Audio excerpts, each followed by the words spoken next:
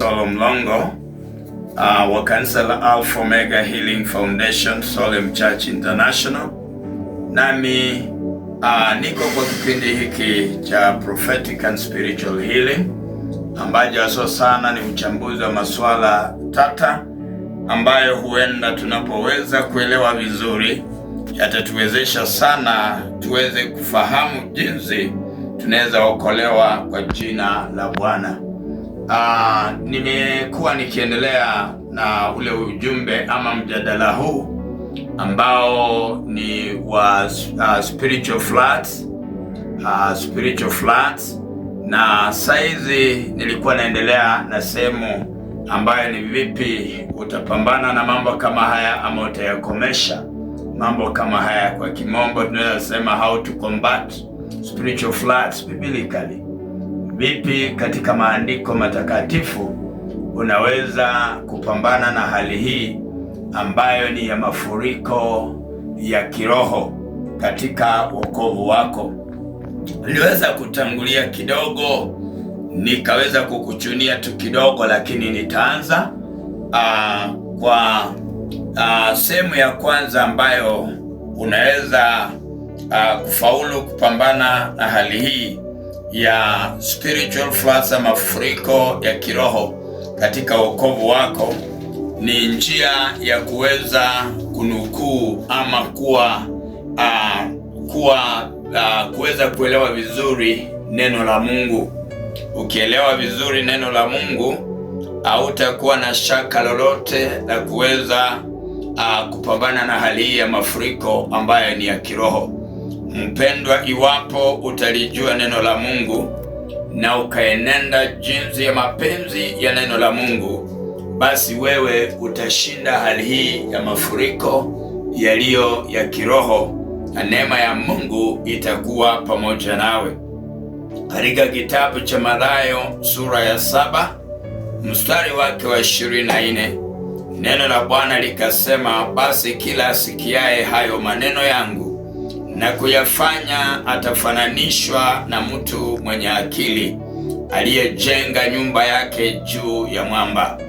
Tunapoangalia wametumia neno maneno ni katika wingi, ikamaanisha kwamba mahubiri na mafundisho ya kila namna ambayo utayapata yanayoenenda kwa mapenzi ya Mungu ama kimaandiko ama jinsi Roho anavyotaka. Hapo ndipo wewe utaweza kuyafanya mambo ambayo yataweza kuhesabika mbele za Bwana, nawe utafananishwa na mtu aliyejenga nyumba yake katika mwamba, ama aliyejenga nyumba yake ikastahimili vizuri. So mpendwa msikilizaji, nataka nikwambia kwamba kuna mafuriko ya aina, lakini kuna uwezekano kwamba tunaweza kuyaondoa mafuriko haya, na tunaweza ondoa kila swala ambalo litaleta mushkil katika maisha yetu.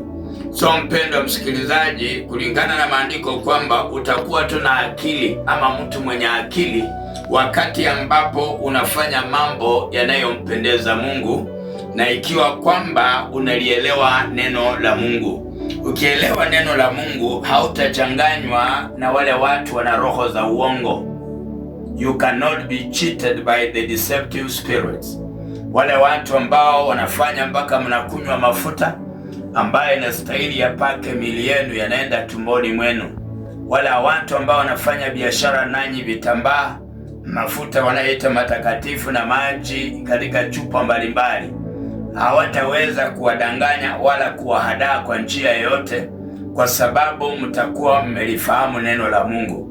Na pia wakati kuna masuala yanaleta changamoto kubwa katika maisha yako, wakati umefahamu neno la Mungu, utajua kwamba shida ipo, lakini Mungu ataweza kukuneemesha na kufungua maisha yako, nawe mashaka haya hayatakushinda. So inastahili tuelewe kwamba iwapo utajijenga ama utajenga maisha yako kimaandiko, basi wewe hautatikizika na jambo lolote. You'll become unshakable. hautatikizwa na jambo lolote lile, ukijenga maisha yako katika njia ya kimaandiko. So mpendwa msikilizaji, nataka upate kuelewa kwamba kwa njia yote ile, iwapo wewe utaenenda kwa mapenzi ya Mwenyezi Mungu, basi maisha yako yatakuwa vema, na maisha yako yatakuwa yenye baraka, na maisha yako yatakuwa yenye ushindi, na neema ya Bwana itakuwa pamoja nawe, na utapata kubarikiwa kwa amani ya Mwenyezi Mungu. Basi wacha tuangalie sehemu ya pili, ni vipi unaweza komesha ama kushinda mafuriko ya kiroho. Inastahili kwamba kila wakati uchangamshe hali ya kiroho ama roho wa Mungu ndani mwako. Kila wakati uchangamshe ama uamshe hali ya kiroho ndani mwako, ama roho wa Mungu afanye kazi ndani mwako. Wakati unatawaliwa katika Roho Mtakatifu wa Mungu, utashinda mafuriko ya kila namna, kwa sababu Roho atakuonyesha mambo yanayokuja, mambo yaliyopo na mambo yaliyopita, na katika njia moja ama nyingine hautakuwa na mashaka mengi, kwa sababu neema ya Mungu itakukalia maishani. Wakati unakosa ufahamu wa kiroho, utachanganywa kwa kila namna. Mtu atakuambia mambo yatakayokuuzisha katika dhambi, nao utafikiria kwamba ni kawaida, kumbe huyu mtu anakupotosha. Ndipo mimi nakuja kukuelewesha kwamba ni vizuri uweze kuchangamsha ile roho ya Mungu ndani mwako, upate kuelewa masuala ya kiroho. Ni masuala gani hayambatani na roho wa Mungu, na masuala gani ambayo yanakubalika na roho wa Mungu, ili neema ya Bwana itakuwa pamoja nawe na utapata kufunguliwa. Ndipo nabii Isaya katika kitabu chake cha ukurasa wa 59 mstari ule wa 19, neno la Bwana likasema, basi wataliogopa jina la Bwana toka magharibi, na utukufu wake toka mawio ya jua. Maana yeye atakuja kama mkondo wa mto ufurikao, uendeshao kwa pumzi ya Bwana. Wanapoongelea kuhusu pumzi ya Bwana, wanaongelea kuhusu nguvu za Roho Mtakatifu. Unapokuwa na nguvu za Roho Mtakatifu, ama unapopokea ufahamu ule, jua kwamba neema ya Mungu itaweza kukukalia, nawe utaweza kushinda vita vyote ambavyo vitaweza kuja, ama changamoto zote ambazo utakutanika nazo. Ndipo wakasema kwamba wale waovu, wale wakora, wale ambao tazama wataiga mifano mibaya na kutaka kuchanganya imani ya wateule wa Mungu, basi watu hawa watakuja kuogopa. Wataangalia kwamba jina la Bwana lastahili kuabudiwa, na watajua kwamba wastahili kutumia udanganyifu wao kwa ajili ya kutega nyara mioyo iliyookoka.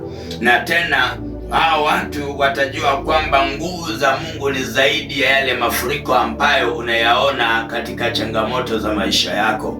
Basi msikilizaji, mahali ulipo, nataka nikueleze kwamba pumzi ya Mungu ina nguvu kuu zaidi, naye ina uwezo wa kubadilisha hali.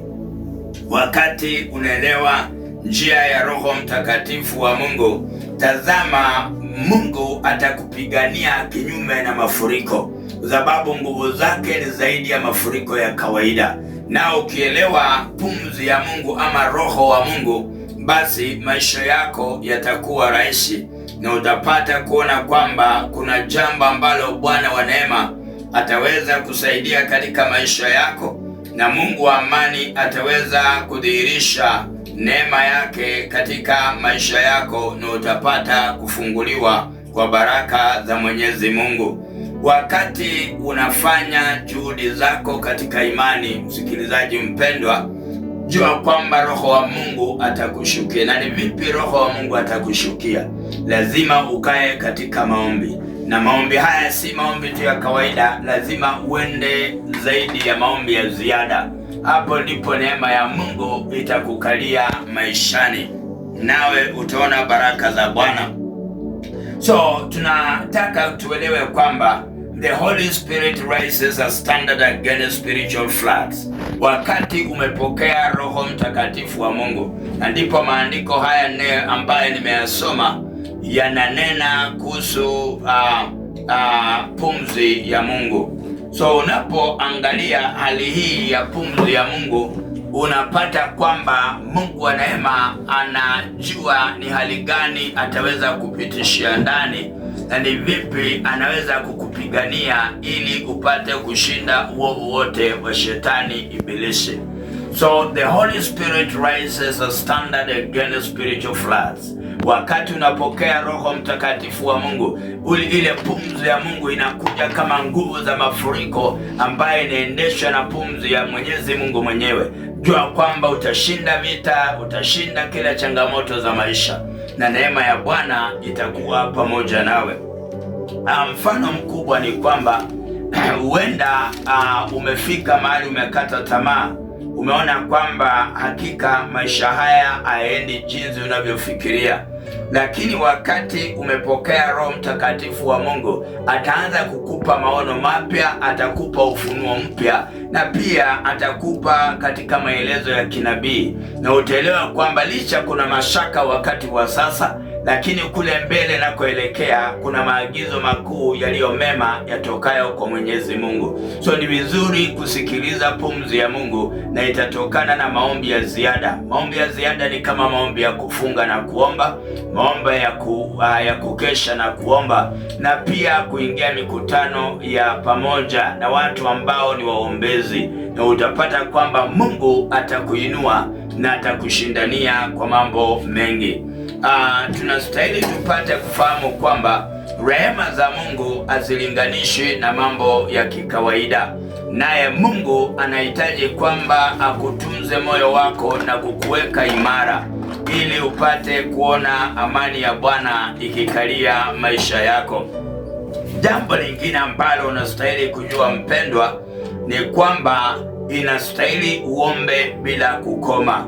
Wakati unakutanika na mambo magumu, unastahili uombe bila kukoma. Hata wakati hujakutanika na mambo magumu, inastahili kila wakati upate kuomba, ili mambo yanayokuja ambayo yanaonekana ni mazito katika maisha yako, utapata kwamba Mungu atakuwezesha na ataweza kukupigania.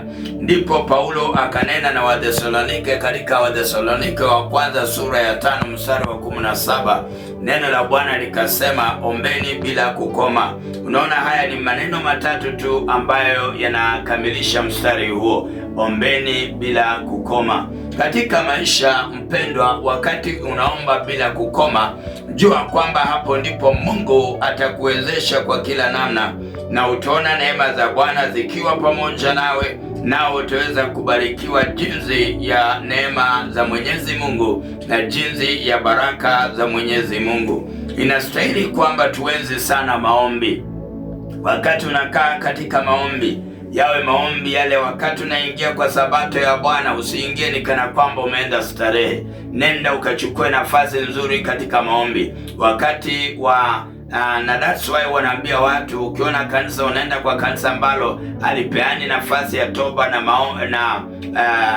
na maungamo, haipeani nafasi ya mtu kuomba mwenyewe, haipeani nafasi ya kusifu na kuabudu, jua kwamba wewe ni kana kwamba ni mgonjwa, kwa sababu hautaelewa jinsi Mungu anaweza kukufanikisha ndani ya maisha yako na jinsi Mungu anatenda kwa kibali chake Mwenyezi Mungu.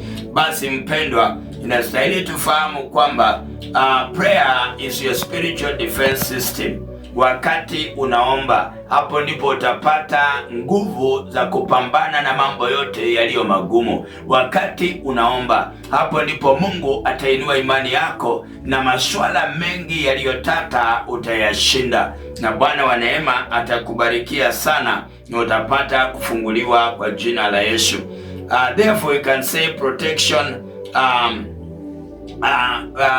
Wacha tuweze kuelewa tu kwamba defense yako ama utetezi wako utatokana na maombi. Wakati unaomba, ule ndio utetezi maalumu ambao utakusaidia kwa kila jambo na utapokea jawabu kutokana na maombi.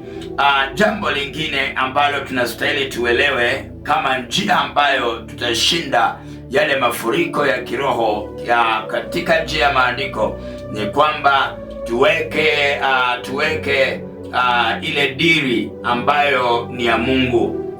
Put on the armor of the Lord, the armor of God.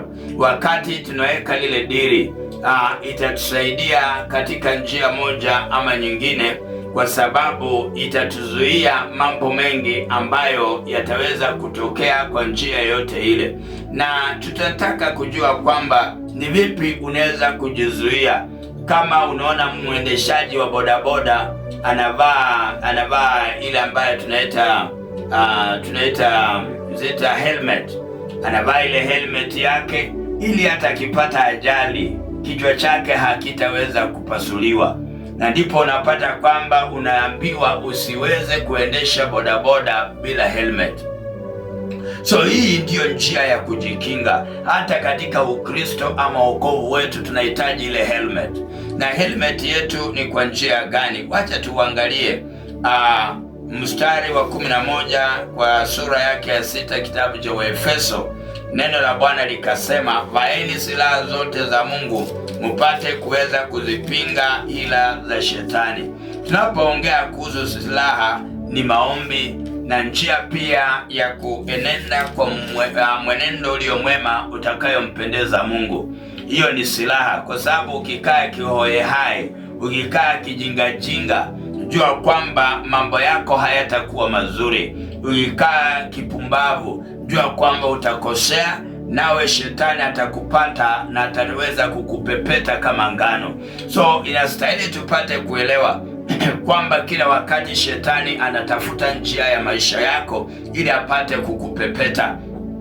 Lakini iwapo utakuwa katika maombi, utakuwa mwaminifu kwa Mungu, utakuwa unatenda matendo yaliyo mema yanayompendeza Mwenyezi Mungu, jua kwamba hautajipata katika njia ambayo ni ya tumbo joto. Wewe utaokolewa na Bwana. Ndipo kaambiwa kwamba vaeni silaha zote za Mungu mupate kuweza kuzipinga ila za shetani. Wakati unavaa silaha ya Mungu utapinga ile hila ya shetani. Omba kila wakati, jinsi tumesema, ombeni bila kukoma. Jambo lingine, tabia zako ama desturi kwa ujumla zimpendeze Mungu. Hata mavazi unayovaa, ukiwa mtu mwanamke, vaa mavazi yanayokusitiri. Ukiwa mtu mwanamume, vaa mavazi yenye heshima. Yani angalia, unapata kama for example, kwa nini unapata mtu anaenda anafanya mapenzi na shemeji yake? Wewe mwanamume unavaa uchi, unakaa uchi mpaka yale malaika yako yanaanza kumtamanisha shemeji yako. Kifua chako kiliundwa kwa ajili ya mkeo. Tumbo lile kuna sehemu ambayo ikionekana kwa mtu mwingine anachanganyikiwa. Unavaa kinyaza mbele ya watoto wako na kuona uchi wako. Basi lazima upate kufahamu kwamba kuna mtindo ambaye itampendeza Mungu, ambaye itakuondoa katika majaribu, nawe neema ya Mungu itakuwa pamoja nawe. Basi ukivaa mavazi ya kusitiri, wewe utakuwa umevaa silaha za Mungu. Wakati unatumia lugha nzuri iliyo ya heshima, umevaa silaha ya Mungu. Unapokuwa na mipaka katika matendo yako, unahakikisha kwamba umemakinika kwa kila hatua unayochukua, jua kwamba umevaa silaha ya Mungu. Unaposoma maandiko matakatifu ya Mungu, unajua kwamba ni vipi utaepuka mambo fulani ambayo huenda ikaleta hali tata katika maisha yako. Hiyo ni kuvaa silaha ya Mungu, na neema ya Bwana itakuwa pamoja nawe. Nao utajikuta kwamba mambo yako hayatakuwa mambo ambayo yanaweza kutatanisha, hayatakuwa mambo ambayo yataweza kufanya maisha yako yawe katika mchanganyiko. So mpendwa msikilizaji, mahali ulipo, nataka uelewe vizuri kwamba ili kufaulu maisha yaliyo ya Mungu, lazima ujielekeze vizuri katika njia ambayo itampendeza Mwenyezi Mungu, na amani ya Bwana itapata kuwa pamoja nawe. So msikilizaji mpendwa, iwapo utakaa katika njia ya Bwana, nawe Mungu ataweza kukutetea. So protection against every spiritual attack. Wakati unavaa ile silaha, you'll be protected against every spiritual attack. Wakati umejielekeza vizuri, unajua neno la Mungu na yale nimetaja awali, jua kwamba una ulinzi dhidi ya vile vita vya kiroho na maisha yako yatakuwa mema. So mpendwa msikilizaji, na stahili tuelewe kwamba katika njia kama hiyo basi Mungu ataweza kukutetea. Sehemu nyingine ambayo ni ya 5, tunastahili tuelewe jinsi tunaweza pambana na hali hii ya mafuriko ya kiroho, ni resisting the devil family. Wakati unajua kwamba huyu ni shetani, don't give the devil chance. Usipatiane shetani nafasi. Ni kana kwamba mwanamke unamjua kwamba ni kahaba, unajua kwamba hana mume, unajua kwamba yeye kazi yake ni kubadilisha wanaume, alafu anakuambia kwamba unipitie pale ukuje uombe na mimi. Anakuambia kwamba uje, nimeandaa chakula kwa ajili ya jioni. Yani utakula chakula cha bure wapi? Na unajua kwamba mwanamke huyu anabahatisha wanaume, na wewe ni mwanamume pia, uende unavutia kuliko wale wametangulia, na wewe unaenda macho makavu, unaenda unakula chakula usiku kwa nyumba ya kahaba. Unatarajia nini? So it's good that you must really resist the devil family. Mambo mabaya ni mabaya, mambo ya kuleta michafuko ni ya kuleta michafuko, mambo ambayo itakutia hadharani katika majaribu ni mambo ambayo haustahili upeane ruhusa, ili neema ya Mungu ipate kuwa pamoja nawe. Kumekuwa na cases ambazo unajua unapata ndugu mmoja anaishi labda kule Mombasa na familia yake inaishi kule maybe waja tuseme mfano wa Kitale hii, lakini unapata kwamba anaita shemeji wake wa kike, anasema njoo tukae na wewe nikikutafutia kazi. Na huyu shemeji ambaye anakuja ni mtu ambaye hata mitindo ya mavazi ni mibaya, lugha yake ni mbaya, tabia zake zimeoza. Alafu mtu unakaa na mtu kama huyu, utajipata kila wakati anajiweka ni kana kwamba hakujua, anajiweka uchi mbele yako. Mara nyingi anataka kukuja hata wakati ambao unastahili uwe umekaa katika amani yako. At the end of the day you'll find yourself in a seduction deal. At the end of the day you'll find yourself in an adulterous deal. So mpendwa msikilizaji, nataka nikwambie kuna mambo ambayo unaweza jikana na itawezekana if you don't stay with your family where you are. Najua kwamba madada zake mke wako si watu wamejitengeneza vizuri, si watu wana nidhamu, ama wewe mwenyewe unaangalia kwamba huwezi kujizuia wakati uko karibu na mtu wa kike. Ni vema ujitenge, ni vema ukatae kujiweka katika majaribu, na hiyo itakusaidia maishani.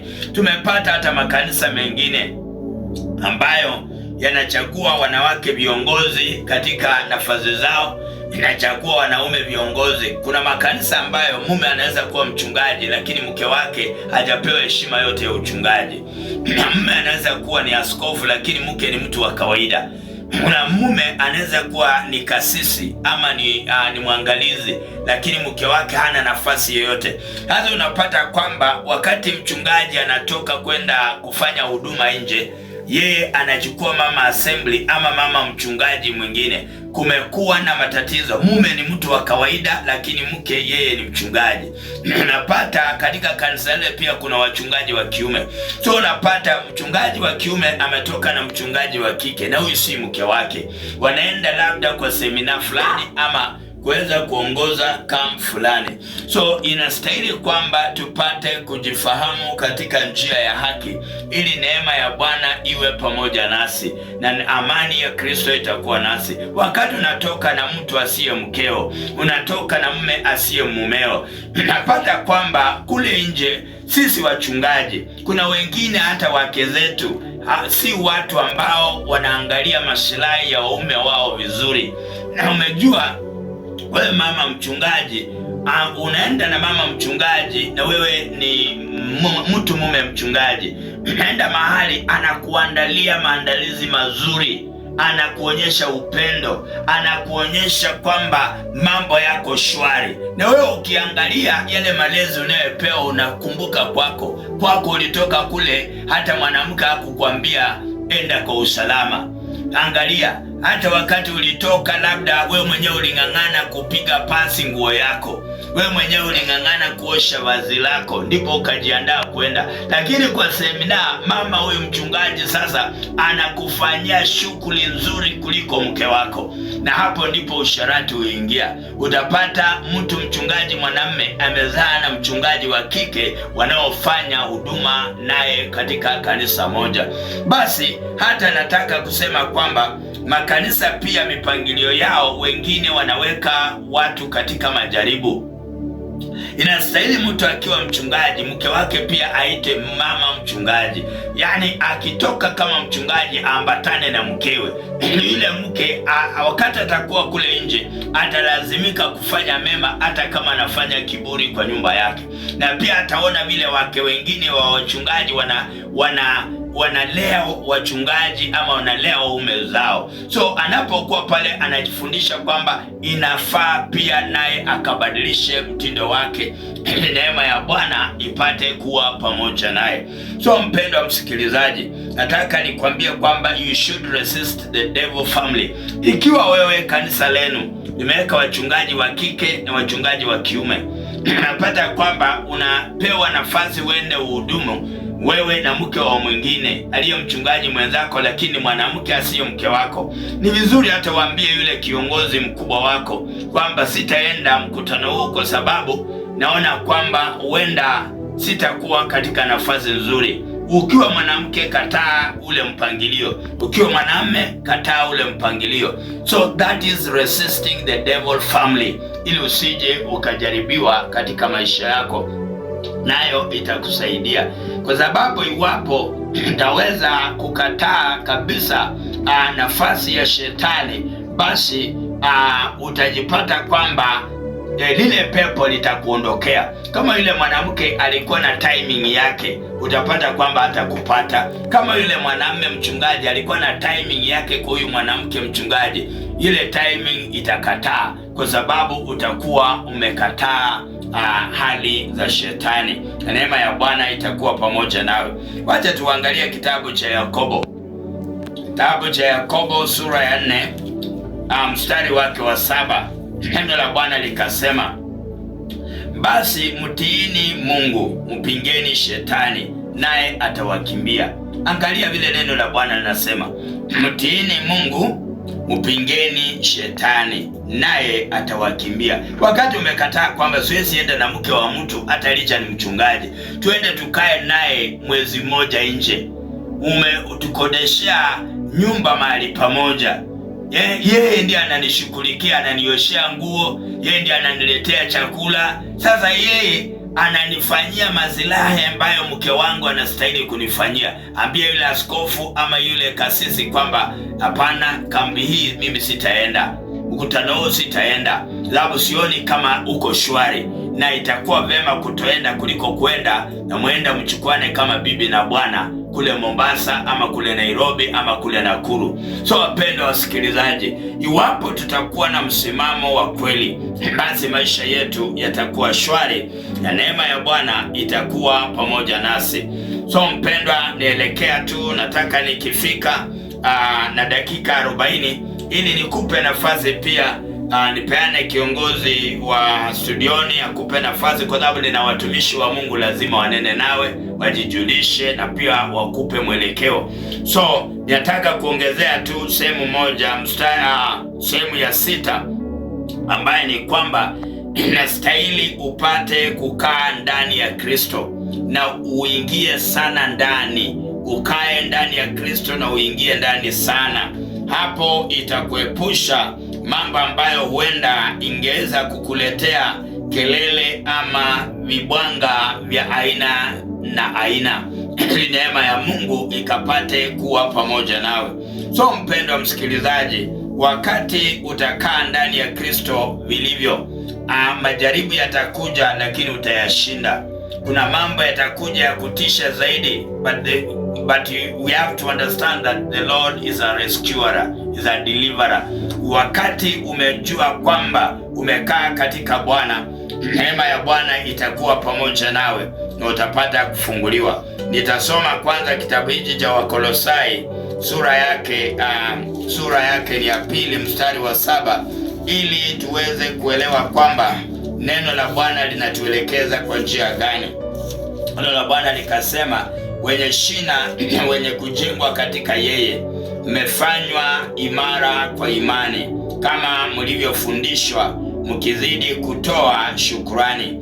Angalia wanaposema wenye shina wanaongelea Yesu Kristo mwana wa Mungu. Iwapo utakuwa kwa shina lake na ukajengwa ndani mwake, basi utafanywa imara kwa imani. So ukiwa utachukua Kristo ukamkamata sawa sawa, utakuwa imara kwa imani na neema ya Bwana itakuwa pamoja nawe. Basi tunastahili tuelewe kwamba deep roots prevent spiritual collapse. Wakati umeingiza mizizi sawa sawa katika wokovu, itaweza kukuzuia kuweza kuingia katika hali ya mafarakano na Mwenyezi Mungu, na baraka za Bwana zitakuwa pamoja nawe, na Mungu wa neema ataweza kutetea maisha yako na utapata kufunguliwa kwa amani ya Kristo, na Bwana wa neema atakubariki sana. So mpendwa msikilizaji, nataka nimalizie sehemu moja ya 7, basi nyingine tutaongea baadaye. Guard your heart. Weza kuweka ulinzi kwa moyo wako. Kitabu cha Mithali sura ya 4 mstari wake wa 23, neno la Bwana likasema, linda moyo wako kuliko yote uyalindayo. Linda moyo kuliko yote uyalindayo. Yani kila wakati angalia kwamba bado hujajilinda vizuri, na wakati moyo wako uone kwamba hujakamilika vizuri, basi uendelee kutafuta jinsi ya kuweza kuwa na ukamilifu, ili neema ya Bwana ipate kukuneemesha. Because what enters your heart determines your stability. Ukiwacha mambo mabaya yaingie katika moyo wako, jua kwamba stability yako itakataa na neema ya Mungu haitakuwa ndani mwako. Basi inastahili kwamba kila wakati ujielewe na upate kuenenda katika njia ya Bwana, ili baraka zako zipate kuonekana na Mungu wa neema apate kuwa pamoja nawe, na upate kuondoa mafarakano ya kiduniani, na neema ya Bwana itakuwa pamoja nawe. Basi tutakomea mahali pale, ili niruhusu kiongozi wa studioni naye ataweza kutuelekeza kuweza kusemezana nawe, na tutaweza kubaki na dakika kama 7 hivi, watumishi wa Mungu kuweza kujijuza kwenu. Karibu sana. Alright, inapendeza tena sana mpenzi msikilizaji. 40 zimechanika baada ya saa 1 masaa Afrika Mashariki. Kumbuka kwamba kipindi hewani ni Prophetic and Spiritual Healing. Kipindi kizuri tena sana mpenzi msikilizaji. Najua kwamba unaendelea kusikia mafundisho pale na mwanafunzi mzuri akiwa darasani pale. Kama chaelewa kitu huwa anauliza mwalimu hapa sijaelewa, anauliza swali. Hata mimi hapa nakupa nafasi msikilizaji wangu, iwapo uko na swali pale, unaweza ukapika simu yako pale kwenye nambari yetu ya simu 0704993993 0784993993. Kumbuka kwamba unaweza kamina pia rafa au chumbe fupi pale kwenye nambari yetu ya chumbe 0702993993. Ila kwa sasa tuchukue pumziko kidogo, tukirejea tutakuwa tunapokea simu zako pale. Pata loud and clear nikiwa maeneo ya Mahonge. Nasema kwamba anabarikiwa sana, mafundisho ni ya kuchenga. Thank you so much Eliaza. Basi tuchukue mama kanisa twende na yeye mikutano. Nasema hii inaleta hali ya hatari sana katika shughuli za nasema kwamba shughuli za Wakristo pale. Unapopata kwamba makanisa mengi ambayo yamekosa mpangilio mzuri katika uongozi na mwongozo, ndipo umepata kwamba kuna cases nyingi za uzinzi na uasherati. Na hata watu wamefika kiwango wamezalisha wake wa watu, na wao ni wachungaji, huenda umezaa na wale wanawake ambao ni wale mama wa kanisa. Alright. Na kuna cases ambayo kuna makanisa sitaki kuyataja, yanajua yenyewe. Kuna makanisa ambayo ina appoint wale wanaume wachungaji na pia wanawake wachungaji independently, bila kuangalia ana mke ana mume ama ana familia ya namna gani. Tunapata kwamba mke anachukuliwa kama mchungaji, lakini mume ni mtu wa kawaida tu kule kanisani. Na mume anachukuliwa kama mchungaji, lakini mwanamke ni mtu tu wa kawaida. So asikiki, ana nafasi yoyote. So at least a wife must be a ceremonial leader. Kama ni mchungaji, mke wako awe ceremonial pastor, lady pastor. Yani inamaanisha anaweza kuwa na authority ya kuaccompany wewe kwa ajili ya shughuli za Mungu. Hapo ndipo uzinzi utaondolewa. Lakini makanisa ambayo yamekosa mpangilio kama huo, mahali hapo ukienda utapata kuna mchungaji amezaa na mama fulani kiongozi. Utapata mke wa mtu ambaye ni kiongozi na mume yule hana uongozi wote, amezaa na mume wa mtu. Utapata yule mwanamume anasikitika, anakaa hata hana heshima. Kwa sababu nini? Huyu mwanamke anakutana na watu anaona anastahili kuheshimu, na anaporudi nyumbani anaona huyu mtu asiye na hadhi yote hata kwa kanisa la Mungu nitamheshimu kwa ajili ya nini? So mambo kama hayo ni tata na yameleta dhambi nyingi kwa makanisa ya namna hiyo. So utaratibu ambayo naweza shauri makanisa ni kwamba maandiko matakatifu yanasema na askofu, shemazi na mzee wa kanisa awe ni mwanamume wa mke mmoja. So wakati maandiko yanasema hivyo, inapeana kwanza firstly tuelewe kwamba ni nani anastahili kuwa mchungaji ama nani anastahili kuwa askofu ama shemazi. Tukishaelewa hivyo, na tuangalie kwamba na mtu huyu atafanya kwa namna gani. Kwa sababu gani wasema na awe mume wa mke mmoja? Na maanisha huyo mwanamke naye anastahili awe na hadhi fulani katika lile hekalu la Mungu. Huyu ni mchungaji, wacha aitwe mama mchungaji. Yani wanapoambatana na yeye kwa kazi ya Mungu, hakutakuwa na ujeuri, hatutakuwa na ufisadi wa namna yote.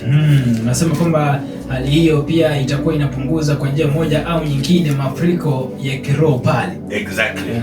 Inapendeza tena sana mchungaji. Naona kwamba ni 50 zimechanika baada ya saa 1 masaa Afrika Mashariki, na itakuwa vyema pia umetembea na wachungaji wakuwe labda wako na jambo la kusema pia. Itakuwa vyema wakisumuza hapa studioni, manake ni mara nyingi wamekuwa kikuja tunawafungia nje, lakini sasa nataka niwape nafasi pia wasumuze mambo mawili matatu, tuone kila ambacho wametupepea kwa dakika kama 3 tu. Asante sana wapendwa wasikilizaji, najua kwamba mmepata ujumbe huo, mafundisho ambayo ni hali ya juu. Tunawashukuru wote kwa kufuatilia kipindi hiki wote mlipo. Mungu amani azidi kubariki, azidi kuwatia nguvu.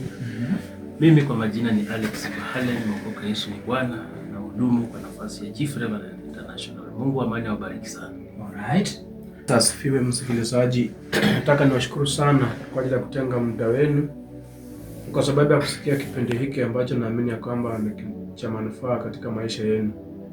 Naamini ya kwamba mtakapozidi kuendelea kukisikiza kipindi hiki, mtaweza kunufaika katika maisha yenu na mtakuwa na mafuriko katika wokovu wenu.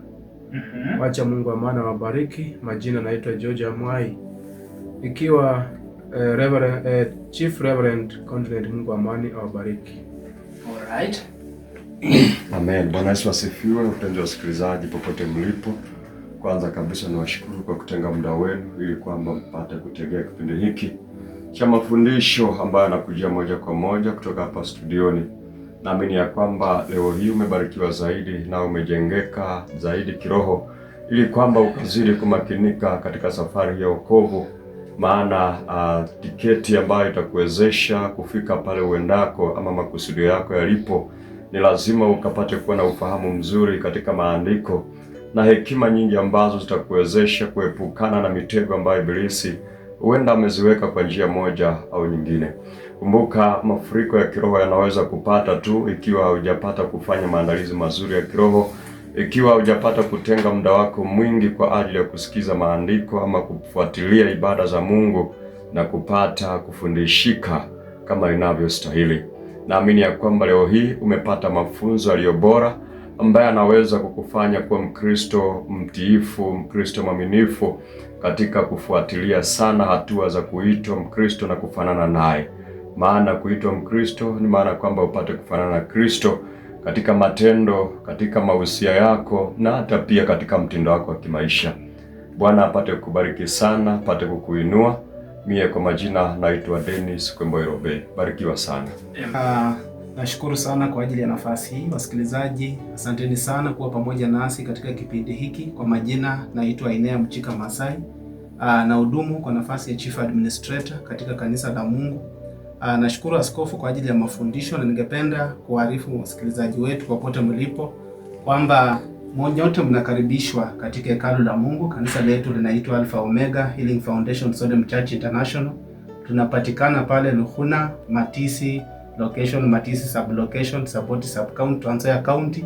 Na nanena kwamba tuna matawi mengi katika nchi ya Kenya. Tuna matawi kule Nairobi, tuna matawi Kakamega, tuna matawi kule Kiambu, kule Bomet, hapa Trans Nzoia tuna matawi. Na ningependa tu kuchukua fursa hii kuwakaribisheni nyote katika ibada zetu. Kila siku ya Jumapili tunakuwa na ibada ambayo huanza saa 2 utamatika saa 7 kamili. Unaweza pata nafasi pia kutanika na kuabudu pamoja nasi pale kanisani. Siku ya Jumanne na siku ya Alhamisi unaweza pata fursa ya kutanika pamoja na mtumishi wa Mungu pale hekaluni kwa ajili ya kipindi ambacho ni cha unabii pamoja na maombi, na ni kipindi ambacho unapatana na mtumishi wa Mungu moja kwa moja.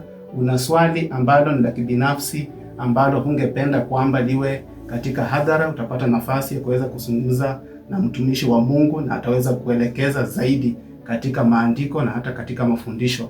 Uenda huko pale ungependa kwamba wewe ni mchungaji ama ungependa tuweze kufungua tawi katika eneo lolote lile katika nchi ya Kenya, popote ambapo upo, una hiyo nafasi, zungumza pamoja nasi kupitia nambari ambayo ni ya askofu. Ataweza kutufikishia ujumbe ofisi ya administration.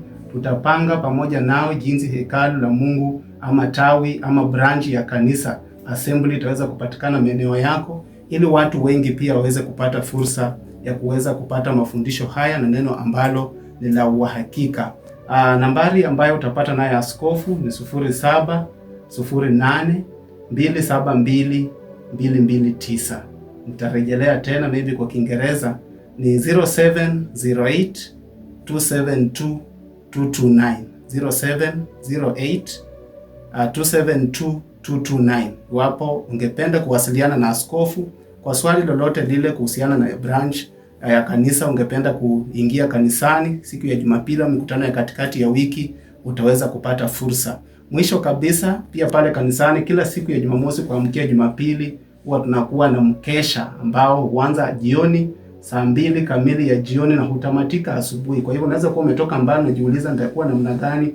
Nasema kuja jioni, itatamatika asubuhi, na pia utakuwa na fursa ya kushiriki katika ibada ya siku ya Jumapili. Kisha ikitamatika utakuwa na fursa ya kutanika na watumishi wa Mungu na utaweza kubarikiwa sana. Kwa hivyo wasikilizaji, asanteni. Kila siku ya Jumapili kuanzia saa 1 hadi saa 2 huwa tunakuwa hapa studioni kwa ajili ya mafundisho, na natumai kwamba yale mafundisho yamekuwa ya manufaa kwetu kama sisi watumishi ambao tunatembea pamoja na mtumishi wa Mungu. Huwa tunabarikiwa na hata tumebarikiwa zaidi. Mungu akaweze kuwabariki sana. Nitarejelea majina ni Inea Mchika Masai na hudumu kwa nafasi ya Chief Administrator International. Asante. Amen, amen. Mchungaji, tunaona kwamba tumesalia na dakika kama 3 hivi. Itakuwa vyema pia, kuna wale watu ambao wako na mafuriko ya kiroho. Kuna watu wako na mafuriko yamejaa, lakini hawajui kwamba yametokea kwa maisha yao. So itakuwa vyema mchungaji, unapotamatisha kipindi hiki uweze kuwaweka kwenye maombi. Kuna wale ambao pia wako na matatizo tofauti, kuna wale ambao wanaugua nyama zao za mili. Jioni hii mchungaji, unapotamatisha itakuwa vyema pia uweze kuwaweka kwenye maombi. Mpendwa msikilizaji, mahali ulipo, nitakumalizia tu katika kitabu cha Waebrania sura ya 10 mstari wa 23 kwamba namlishike sana ungamo la tumaini letu isigeuke, maana yeye aliyeahidi ni mwaminifu.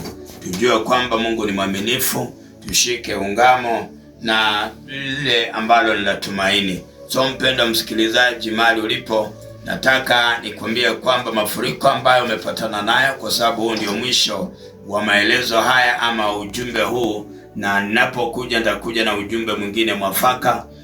Tumieni ile nambari ambayo umepewa na administrator wetu. Mnaweza ongea nami baada ya studioni na hata kwa siku zingine ambazo siko hapa studioni. Basi ningependa kuomba na wewe ambaye kuna mambo yamekuhangaisha kwa njia moja ama nyingine, ili Bwana kurehemu mahali ulipo na upate kuwekwa huru kwa jina la Yesu Kristo. Wacha tuamini na tuombe. Baba, ninakushukuru Mungu wa ajabu, uliye mtetezi wa watu wako, jinsi ya uweza wako, amani na nguvu zako. Ni wewe Mungu fanikishaye watu wako jinsi ya uweza wako. Mungu wa rehema, fungulisha watu wako ambao wamefurukiwa na mambo ya changamoto mbalimbali katika maisha yao. Kuna wale ambao wamepata mateso makuu katika ndoa zao. Kuna wale ambao tazama, walijaribu biashara lakini wakaenda hasara nyingi ikawacha katika madeni. Kuna wale ambao tazama, wameweza kuvurukwa na hata wale watu ambao ni wa jamii yao wakakosa amani katika maisha yao. Kuna wale ambao tazama, waliweza kurogwa, wamehangaika na magonjwa, wameweza kupotoka kwa njia zao, wakawa na mahangaiko makali sana. Mungu ukipenda, tazama kwa wakati huu, tazama naliitisha jina lako lenye utukufu na nguvu, jina lako lenye vipawa mbalimbali ambavyo havilinganishi na namna ya kibinadamu. Katume malaika wako kazingire watu hawa na kuwaponya na kuwarehemu katika jina la Yesu. Pingamizi zote za ibilisi shetani ninazikemea katika jina la Yesu Kristo. Baba, kaguze kila mmoja kwa shida yake. Baba, amefika amekata tamaa katika maisha yake. Bwana, ukatetee maisha yake, ukambariki na kumrehemu. Uweza wako ukashuke kwa waumini hawa na hata wasikilizaji hawa, kwa jina la Yesu Kristo Baba nimeomba, amen. Asante Yesu. Bwana